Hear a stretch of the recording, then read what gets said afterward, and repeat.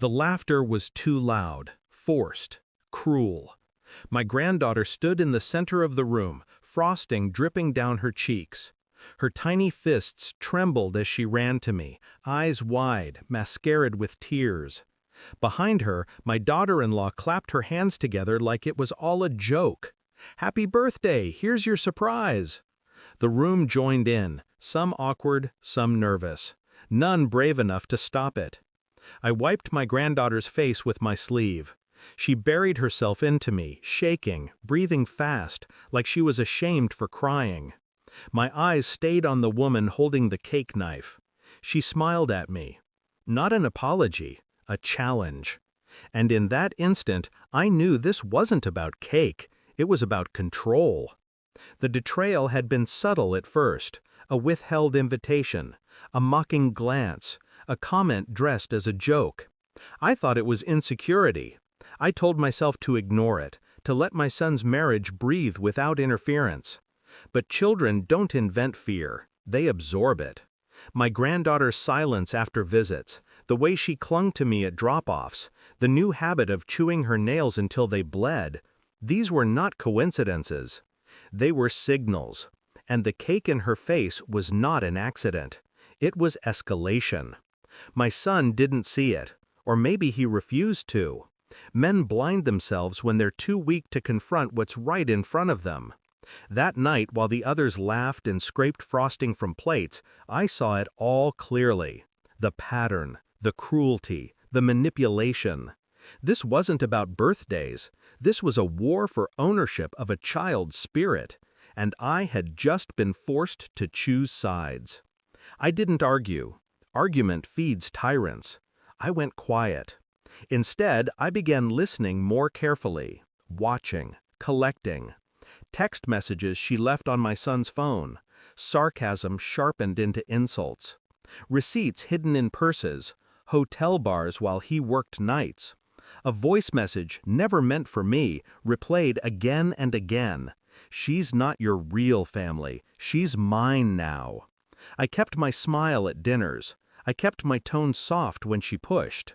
I played the role of tired grandparent, neutral, harmless. But inside, I was arranging pieces, building a timeline, mapping every crack in her performance until the mask itself was paper thin. Even my granddaughter noticed. She'd whisper, "It's okay, Grandpa. You don't have to be scared of her." I'd squeeze her hand and say nothing. Because I wasn't scared. I was waiting.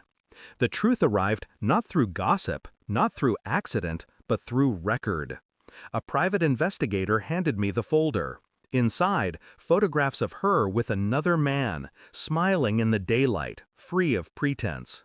Bank statements showing transfers into an account under her maiden name. Evidence of custody consultations with lawyers without my son present. She wasn't just cruel. She was preparing to erase him, and my granddaughter. I waited until the next family gathering. She played hostess, wineglass in hand, controlling every moment like always. I slid the folder across the table. No words. She opened it, eyes darting page to page.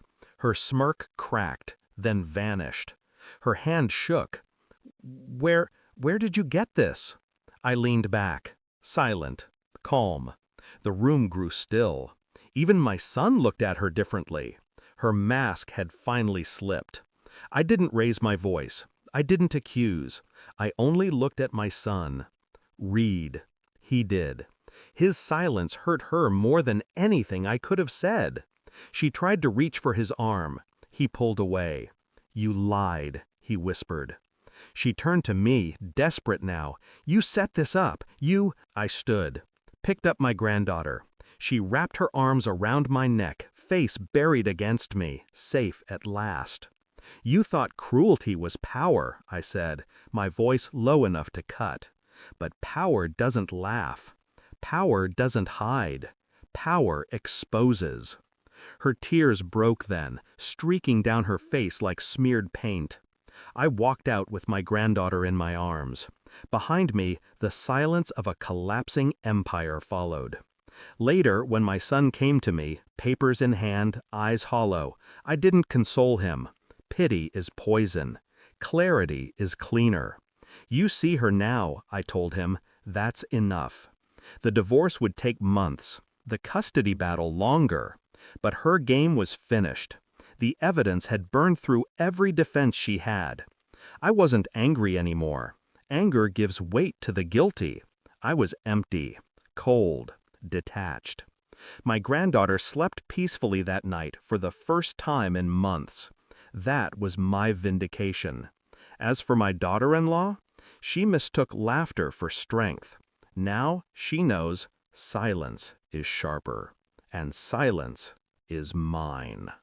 Thanks for watching. Don't forget to like, share, and comment. Subscribe now to Cheating Stories Insight World for more amazing stories.